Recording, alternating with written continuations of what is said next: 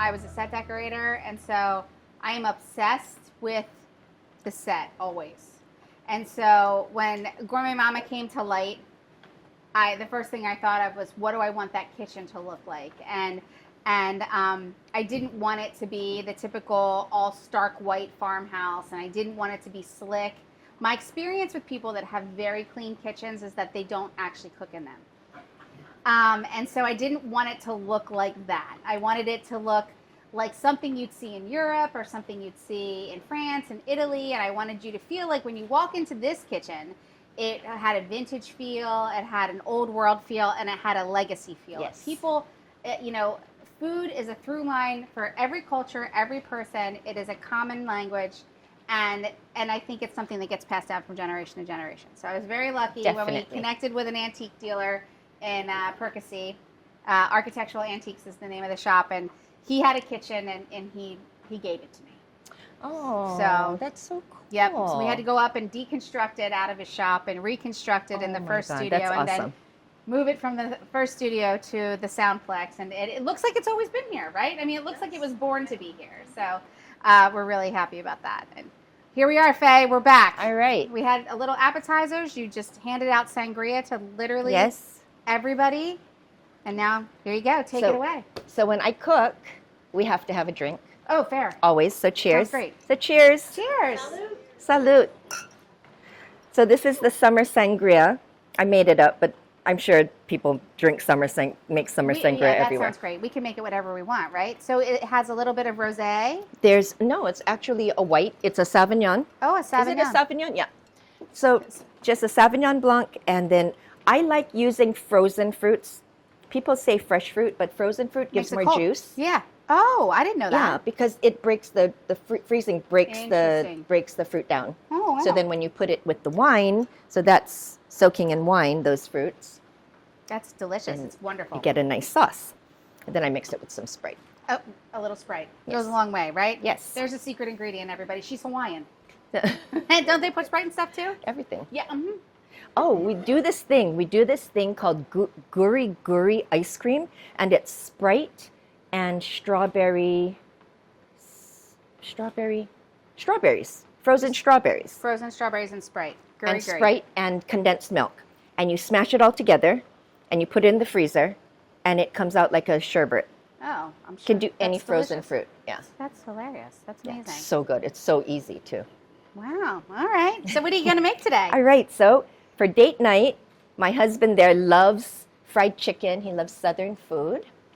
So he's British. So where's Southern and British? I don't know, and I'm from Hawaii, so I have no clue. But I'm making my grandma's fried chicken, talking about generations. Okay. My grandma's there. Oh, I had and to we bring brought her Grandma with picture. us. Had to bring her picture.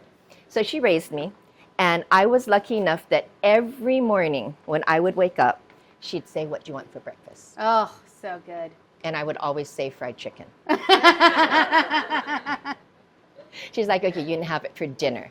What do you want for breakfast?" But my favorite thing ever is fried chicken. So we're making grandma's fried chicken. Fabulous. And it's actually Japanese style.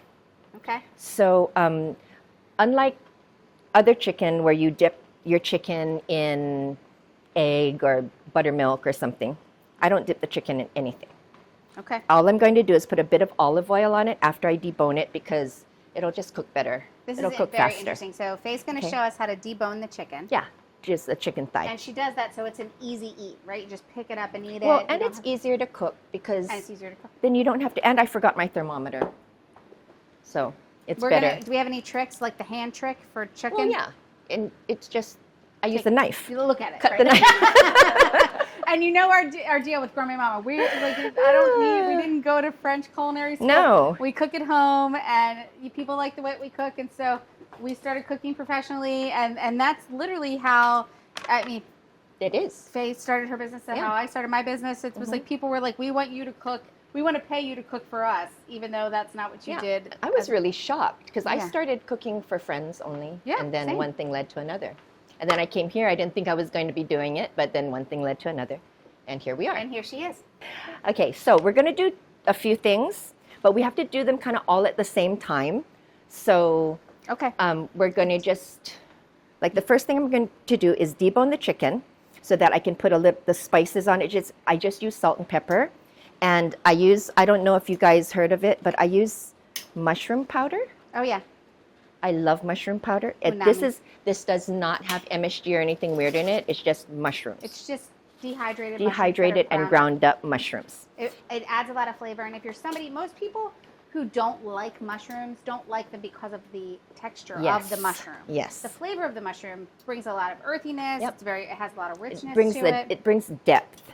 You know, yeah, a lot of times absolutely. if I'm making a stew, I put coffee in it. Oh yeah, cinnamon, something you're not going to expect. Yeah, because it brings the depth, it brings the flavor out in the food. Yeah, gives you a lot of, it's not flat anymore. Yes, but I'm getting distracted. All okay, right, we'll so do this all day long. The first thing I'm going to do is I'm actually going to cut my onion. This onion is for the greens. Okay. But I'm such a baby. I cry all the time when I cut onions. So what I'm going to do is I'm going to cut the onion, and then I'm just going to soak it in ice water while we're waiting. Remedy? Yeah. Okay, I had no idea. What I was told is if you cut the onion near an open flame, it will pull some of that tear-causing agent away. Oh. I don't know. I just know that it makes sense. It gets really cold. Yeah. When it gets warm, then it starts to burn my eyes again. Oh, interesting. Okay. I had no idea. Yeah. Okay, so let's do the chicken first. I need my gloves. So I'm so weird. I hate touching food with my bare hands. I don't. I think I was a surgeon Did you see me? life. I love raw meat. I just can't do it. I'm so weird. Okay, so deboning thighs, people think it's hard. It's really easy. You don't have to pay the extra $1 a pound if you learn how to debone a thigh. You just go to the edge of the bone. When the chicken when the thigh is together, there's one side that's usually wider. So I start with the wider side.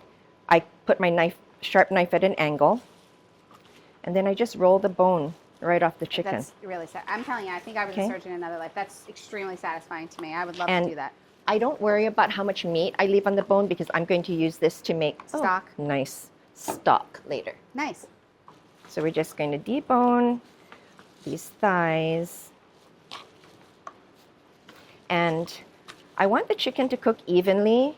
So I'm just going to butterfly so you're trimming it out bit. So it's like roughly the same thickness. So they're the same thickness. Okay. And I already saw her chicken back there, and man, does it look good. And then I love the skin on my chicken, so I just make sure not to damage the skin. You can see it's all intact. It's my favorite part. I know, me too. Any fat is good. All right. Okay, so now I'm just going to put, do you have your salt on that side? I do. I'm just going to salt and pepper it. And don't be shy with the salt when you make this because it's going to disappear in the cornstarch and the oil.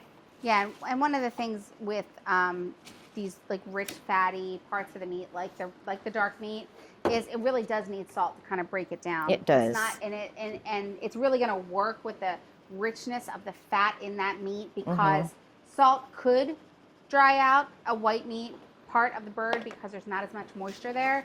But in a thigh or something like that, it's really working together with the fat and kind of making it literally perfect, those two things together. So usually I pour a little bit of olive oil on my chicken because olive oil actually does tenderize, but I didn't bring it.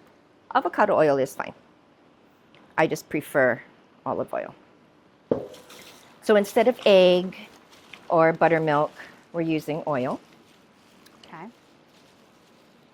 And this is called karaage chicken in Japanese, which means fried chicken. Just karaage chicken. Karaage is they're smaller pieces.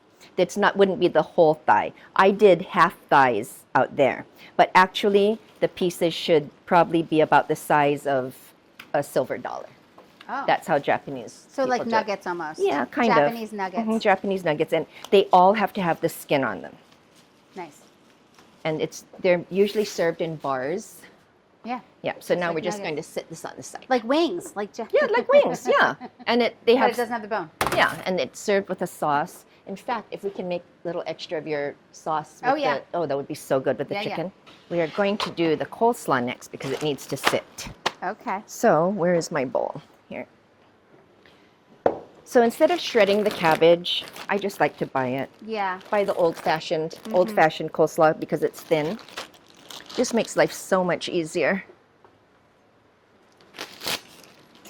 This is a moment where you can cheat. It's okay. You don't have to chop up the cabbage. I used to, you know. Yeah, me too. But I like the bags of cabbage now. yeah. And because there's so many of us, I'm going to do 2 bags. And cabbage is it's a crucifer vegetable, which we've talked about before. If any of you were here for our St. Patty's Day episode, we did corned beef and cabbage and talked a little bit about. I love corned beef and cabbage. Crucifer vegetables, and that just means that their stalk has a cross in it. When they cut into it, there's a cross. That's why they called it crucifer vegetables. And we have cabbage, Brussels sprouts, broccoli, cauliflower, and kale are all part of that crucifer family. A little tough to break down. That's too in fancy your body. for me. I don't know about that. I'm here for the useless knowledge. So when I make coleslaw, I'm just going to salt it and then just massage the cabbage in the salt because it starts to break the cabbage down, and then you'll have a nice sauce with the cabbage when you're done. So that's going to sit on the side as well.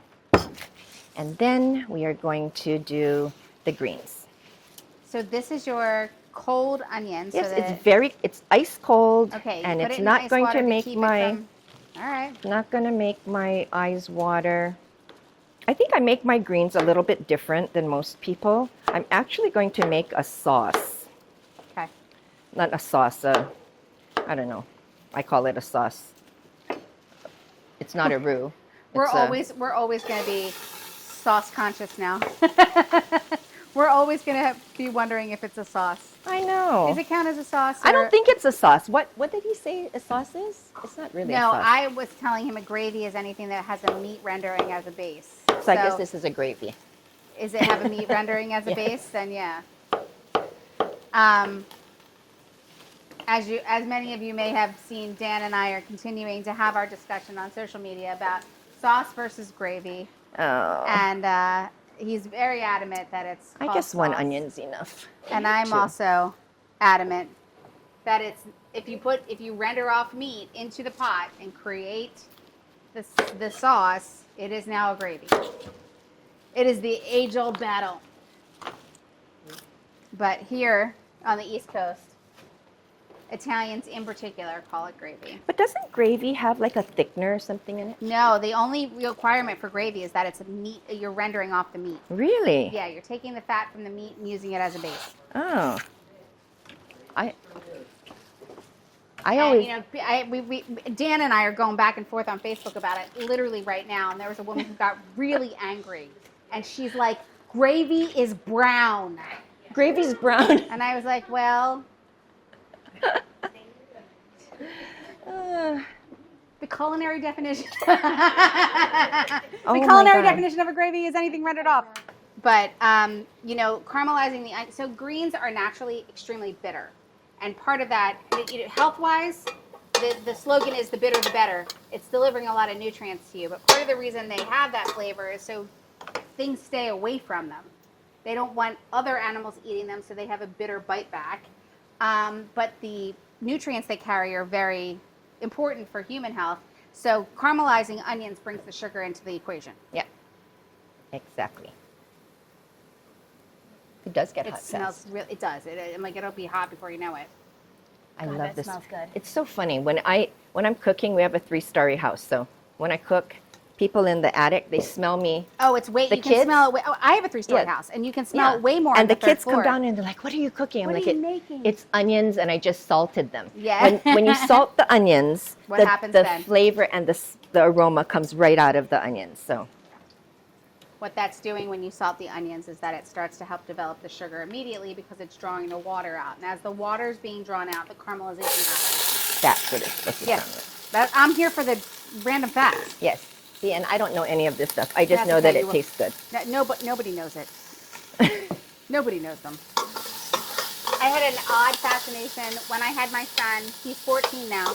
But when I was pregnant with him, and I watched the Food Network like it was my job. And when he was born, I watched the Food Network like it was my job. I didn't do anything else. All I watched was Food Network. I couldn't watch any real television because anybody that, if there was any sort of like real life problem, like a murder or, I could not watch that stuff. I don't know what happened. The second I became a mother, I couldn't have any of that anywhere near me.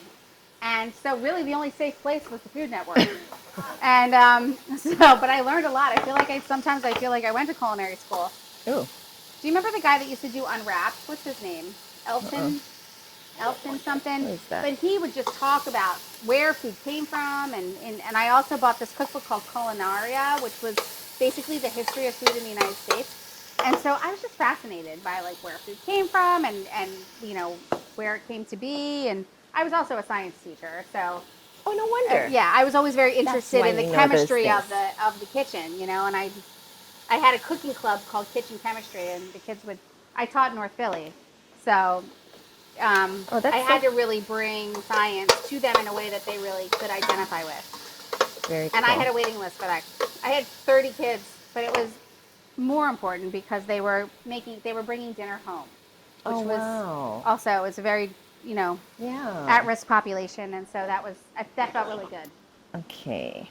Yeah, they made arancini. I mean, my kids, we were making arancini. Yeah. So I'm making the sauce, gravy, whatever this is. I put everything in with the onions so that it cooks down. The flavor. Yeah, good.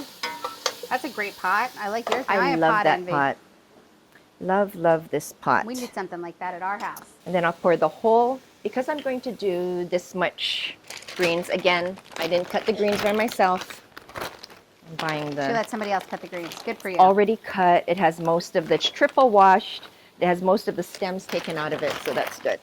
Love it. Well, Faye and I were like, we're going to create date night dinner, and then we kind of sat on it for a couple weeks, and I said, well, what should we cook? And she asked Benny. And Benny's like, you got to make fried chicken. Mm-hmm. So... But on the other hand, he doesn't want me to give my grandma's recipe away. There's nothing to give away. It's you don't just have like to give it away. It's salt. I'm going to put it on the website. Oh, she's going to put it on the website. It's salt and pepper and cornstarch. There you go. That's it. The best foods are the simplest foods. The more complicated it gets, the more added ingredients, processed ingredients, it's just not the same. Okay, so now they have a nice little bit of caramelization on it. Okay, this can go on. How long does it take that to heat up? Not long. Okay. But you're going to cook these guys first? Well, I'm almost done with this. All right, well, I'm going to get this going. Okay. So I just pour the whole thing in here. And then we put a little bit of soy sauce. We call this shoyu.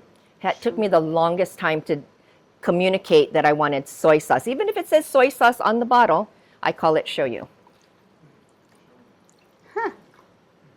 And I just pour it, but that's probably about 2 ounces of soy sauce that I put in there. Now what else? Where's the Worcestershire? This is high order, and I always appreciate all my guests that come on the show because trying to take what you do in your kitchen and translate it to a space where people can watch you do it, and also bring everything with you is harder than you think it is. Brown sugar. Just a bit, not a lot, just to take the bitter out of the greens. It's probably about a teaspoon, and we'll taste this later and see if it needs more. So she's got almost like a soup here. Yeah, it looks like a soup. I think it needs a little more vinegar. It's good. You guys would love it. It tastes like one of those soups you get at one of the faux places. Okay. Well, you're all going to taste it, but it's going to be in the greens. Okay, so now this needs to boil. Is this on? Uh-huh. On high? Mm-hmm. That needs to be like super majorly hot. That's hot. This is just cornstarch, and there's a bit of salt and pepper, and again, mushroom seasoning. That's what we find. When it's a quiet audience, everyone's really hungry. Okay. All right. You let me know if you like need me to that. do anything. Yes, can you pour the greens in there? Yes, I can. And we're not going to wait for there's greens cooked, so Yeah. That was just the preparation. yeah, just so you can see. And again, if you need recipes from Faye, you can go right to her Facebook page or her website. All right, we're going to beat it down. We're going to put the lid on it, and it's going to do its thing, right? And yes, and you know what? I forgot to put in there my turkey leg, but it's okay. Let it do its thing. You add a turkey leg to it? Yes, it's a smoked turkey leg, and I'm going to cut it up as soon as I get this chicken breaded. Okay, and just put this on the side. So this is to give you guys a demo. She already has 50 pieces of chicken out there. Yes. She's got plenty of chicken out there. Everybody's going to love it. This is just to show you the preparation. So if you want to make it at home, you want to try it at home. A lot of people put pork or bacon. This is one of the times I don't really put bacon in the greens. Right. Because I don't like how the oil sits on the greens. Interesting. Personal preference. I just don't. That makes sense. Like it. But all right, so you use a smoked turkey leg. And where do you get that? This one is from ShopRite. So they just have them? Yeah, it's not that easy to find them though. I was just going to say, No, I never really heard of that. It's not that easy to find smoked turkey legs. That smells great. Yeah. So most of this soup sauce thing is going to be gone. It's going to be boiled out. Oh, just hot in there? Oh, it is. That hurt a little. I was just going to say that. You stuck your hand right in there with the glove and everything. Poor thing. Okay. There we go. What did we use to touch the chicken? That. It's somewhere over there. I'm going to steal it back so I can touch the chicken. Thanks, Chris. She stole my tongs. I did. All right. Okay. Okay. So that can sit there like that. Okay, so I'm going to make some buttermilk for the coleslaw. I like to use half and half. I'm going to use your lemon. So what is buttermilk? I don't know what buttermilk is. It's sour milk. It's milk that's literally been soured. Just put a bit of salt in there because that always helps.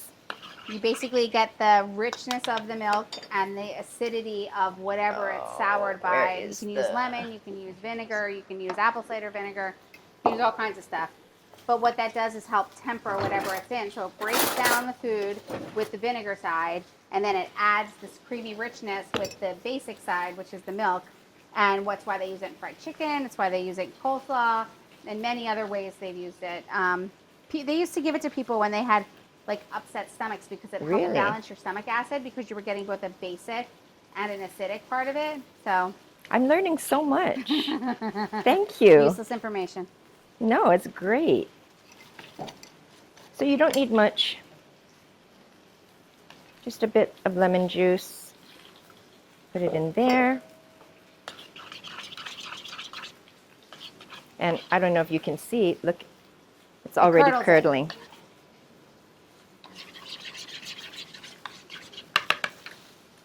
I like mayonnaise in my coleslaw, but I don't like a ton of mayonnaise in the coleslaw because it makes it a little heavy for me. All right, so here's revisit the coleslaw. How long has it been? Like 6 minutes? Probably. Okay. It doesn't look like it's not ready yet though. I'm going to turn it down. Okay. It looks like a lot of sugar, but you're not going to drink the sauce that comes out of this. It's about 1/2 cup of sugar. A little more than 1/2 cup. Like another tablespoon. A little more. Okay. Pinch. That's why when you put sugar in your coleslaw, that's why people are like, I love this coleslaw. Yep. That's why it's got a little sugar in it. So, I don't know if you can see it. Look at that.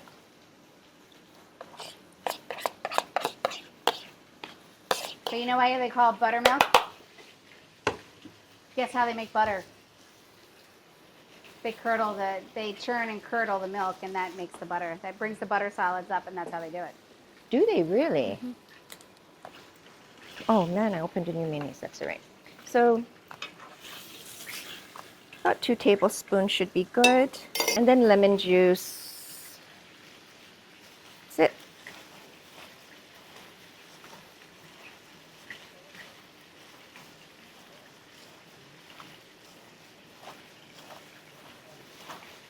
And I like to smash the cabbage. I can see that you're very satisfied by that whole process. It's very satisfying, but I think it tastes better than mixing it. I don't know why. Don't know what the science is behind that, but squeezing it, and we do it in Hawaii. We do this thing called lomi salmon. It's not smoked. It's salt cured salmon, and tomatoes and onions, and you have to lomi it. Lomi means to squeeze, and you have to lomi it, or it does not taste good. Huh. I guess you're just pushing the flavor into this fish. I guess so. Is it too sweet? Is it too sweet? I don't think so. No? Okay, cool. That's like lemon forward. I love that. Is it? That's good. That's what I wanted. Yeah. This pot, I love this pot because it's already cooking the greens and everything down. But I think they're still a little bitter. See, they should be really dark green. They need to be wilted, right? Really wilted. Really, really. And then once you know that, then the fiber's been broken down in the leaf, and then like the flavor just gets soaked up into them, and all the bitterness goes away. So the last thing in Hawaii when we eat fried chicken, we eat it with musubis. They're little rice balls. Not the big ones that you see. They're tiny. Just wet your hands a little bit and literally piping hot rice. And just make a little egg shape. Well, there you go. That's complicated. There's nothing in the rice, right? It's just hot rice. It's just hot rice, but I'm going to salt it. Okay. And when you eat it, you're going to be surprised how tasty it is, just with salt on plain white sticky rice. Can you tell everybody the name of your company? Oh, Picky Bits. I'm turning it off. And she is the grazing queen. These beautiful tablescapes of delicious food where you can just kind of graze around and find these amazing dishes. And I have to tell you, I've seen her do 20, 25 different events. They never look the same. She's bringing something different every single time. And of course, her tone and her flavors and everything, but they always just look beautiful and the food's fabulous. So thanks so much, Faye. Thank you. We're going to eat, guys. Let's go. All right. Thank you. I just need like 5.